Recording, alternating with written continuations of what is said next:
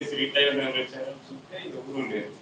అరే అపార్ట్మెంట్ ఎవరు లేరు అని చెప్పేసి చుట్టూ మళ్ళీ మోగింది. ఎవరు వెళ్తారని మళ్ళీ పోయి తీస్తే మాకు అర్థం కాదు. మళ్ళీ తీస్తే మళ్ళీ ఎవరు లేరు. భయం వేసి తలుపేసి మళ్ళీ మోగింది. ఇక తలుపు తీయట్లా, ఇది ఆగిన తర్వాత కాకుండా అవుతాను.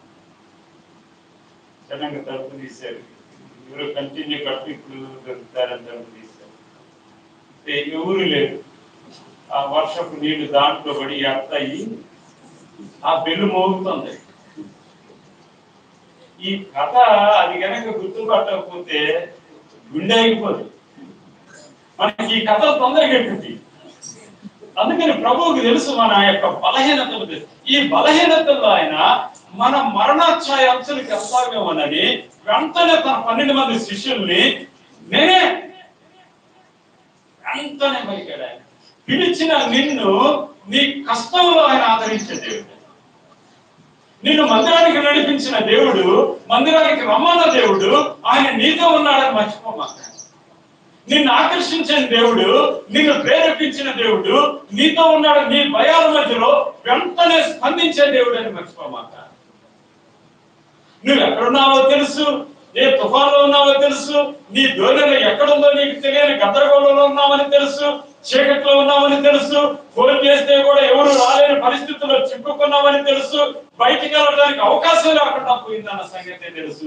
అది ఊరో వాడైతే ఏదో చెట్టు పుట్ట పట్టుకొని ఉండొచ్చు, అది నేల భాగం, అది సముద్ర భాగం, అది అక్కడ ఉన్నామని తెలుసు. అందుకే తుఫాను గద్దెచ్చలేదు కానీ తుఫాను మధ్యలో నేను అంటానని ఆయన వచ్చిన దేవుడు. అధైర్యపడకుండా వెంటనే అని వెంటనే అన్నాడు. వెంటనే భయపడమాక, ధైర్యం తెచ్చుకోండి,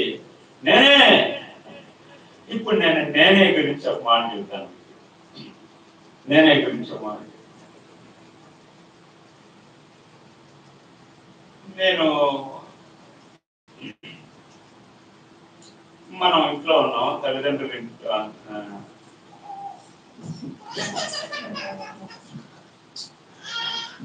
పిల్లలు ఇంట్లో ఉన్నారు అనుకోండి. పిల్లలు ఇంట్లో ఉన్నారు,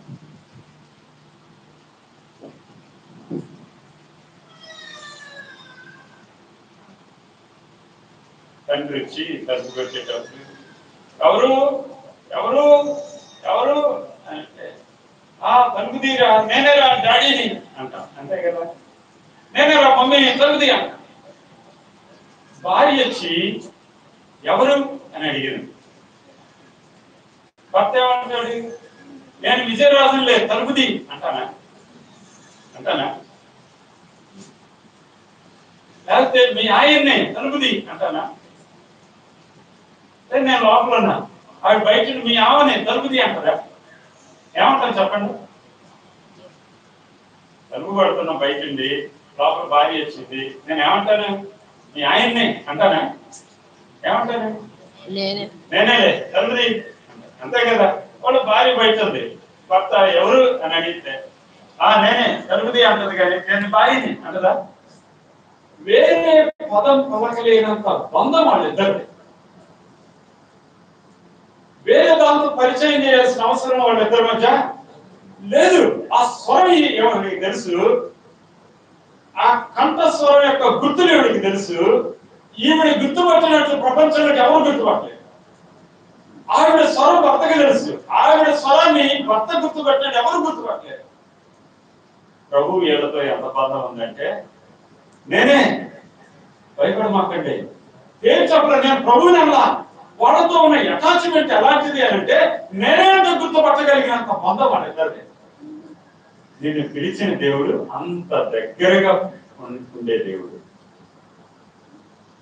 నిన్ను నన్ను వెంబడించమని చెప్పిన దేవుడు, నా వెంటరండి అని చెప్పిన దేవుడు, నేను చూసుకుంటానని చెప్పిన దేవుడు, నేను నీకు ప్రభువునై ఉంటానని చెప్పిన దేవుడు, తండ్రి కంటే పిల్లల కంటే భార్య భర్తల మధ్య ఉన్న బంధం ఎంత పటిష్ట, అంత సమీపమైన బంధం.